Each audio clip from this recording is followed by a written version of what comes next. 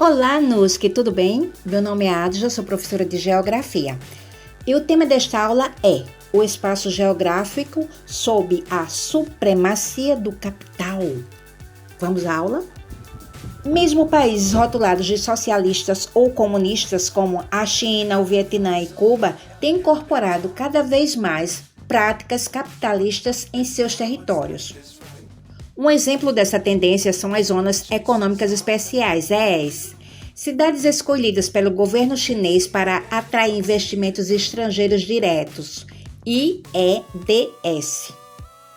Acontece que, geralmente, as empresas estrangeiras precisam aceitar as condições impostas pela China para ingressar nessas zonas ZEEs. Essas transnacionais são obrigadas, por exemplo, a firmar parcerias com firmas chinesas a quem devem ainda transferir tecnologia. Também são condicionadas a reinvestir na própria China parte substancial dos lucros que serão obtidos a partir do início de suas atividades nas ZEEs. Vale lembrar que medidas como essas também têm sido implementadas no Vietnã. Cuba, por sua vez, também tem permitido alguns negócios notadamente capitalistas, como a expansão da indústria do turismo. Há alguns anos, encontram-se instaladas em Cuba grandes redes hoteleiras transnacionais, que têm contribuído significativamente para a geração de divisas ao país. E esse país ainda sofre com o embargo econômico imposto pelos Estados Unidos desde o tempo da Guerra Fria. Essa expansão territorial do capitalismo é liderada pelas transnacionais. Essas gigantescas empresas concentram em suas mãos cada vez mais riqueza. Poucos com muito e muitos com pouco, igual a mim que não tem R$1. Foi o que constatou a pesquisa The Network of Global Corporate Control, Chai of System Design, publicada em 2011 pelo Instituto Federal Suíço de Pesquisa Tecnológica, ETH.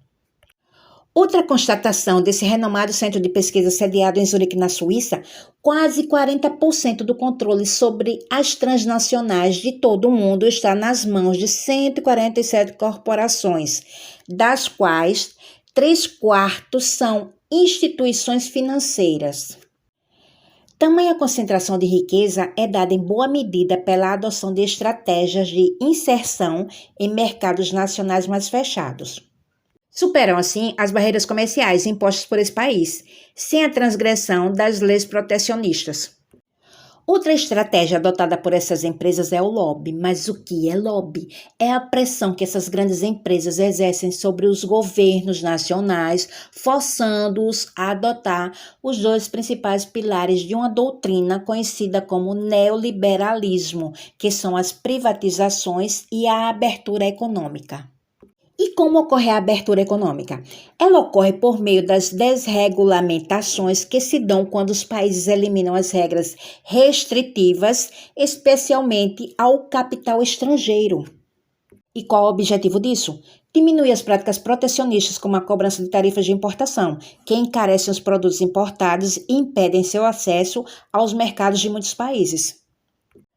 Nota-se assim uma grande influência das empresas transnacionais na implementação das políticas dos estados com E maiúsculo, não é unidade federativa, tá bom? A adoção de políticas neoliberais, como as privatizações e a abertura de mercados, buscam expandir a participação dessas empresas em escala mundial. Acontece que o neoliberalismo não pode ser ignorado, na medida em que as maiores favorecidas pela implantação na prática dessa ideologia são as próprias corporações transnacionais. Elas constituem, justamente com seus países de origem, os verdadeiros detentores do poder no mundo. Olha aí a coisa ficando séria. Empresas e estados se confundem na condução do mundo contemporâneo, movidos pelo mesmo interesse, a obtenção de lucro em escala global. É importante lembrar que a expressão neoliberalismo surgiu com forte caráter ideológico. É usada para designar políticas econômicas que priorizam o livre mercado e a retirada do Estado das atividades produtivas. Lembrando que esse Estado é com E maiúsculo, tá?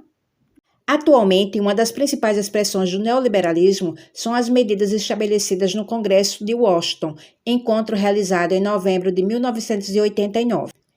Elas enfatizaram a abertura da economia por meio da liberação financeira e comercial e da eliminação de barreiras aos investimentos estrangeiros diretos, IDES.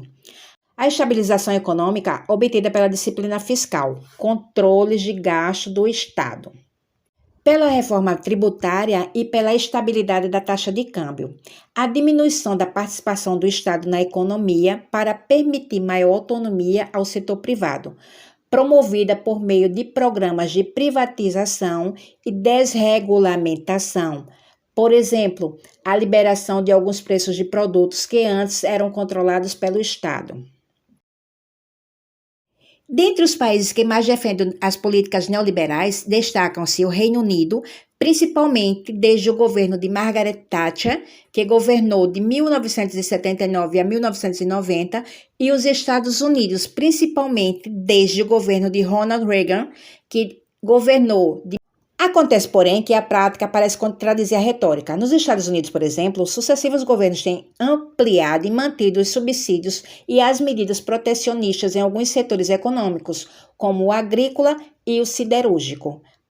Essas políticas intervencionistas e unilaterais ilustram também a intransigência dos Estados Unidos ao defender seus interesses em rodadas internacionais de negociação em detrimento dos interesses dos demais.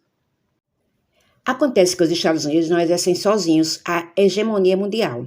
É crescente a interdependência internacional do capitalismo. Além disso, é notória a prosperidade de outros países, como a Alemanha, Japão e China. De fato, países que haviam saído arrasados da Segunda Guerra Mundial, como a Alemanha e o Japão, há muito tempo recuperaram seu dinamismo econômico. Sua reconstrução, que contou com a ajuda estadunidense, combinou com um crescimento econômico extraordinário. No caso da Europa, deve-se registrar também a atuação do Mercado Comum Europeu, MCE, criada no ano de 1957. Desde então, essa antiga zona de livre comércio, hoje União Europeia, tem promovido o desenvolvimento das economias dos países membros, bem como restaurado a autonomia política da Europa em relação à ingerência estadunidense. A ascensão da Europa, do Japão e da China na condição de centros vitais do capitalismo leva os Estados Unidos a dividir a hegemonia mundial, fato que torna a ordem mundial multipolar. Esses grandes polos geopolíticos têm em comum a forte concentração de riqueza mundial, acumulada em grande medida pelas grandes empresas transnacionais que atuam em seus territórios. Terminou a aula, tô saindo. Tchau, tchau.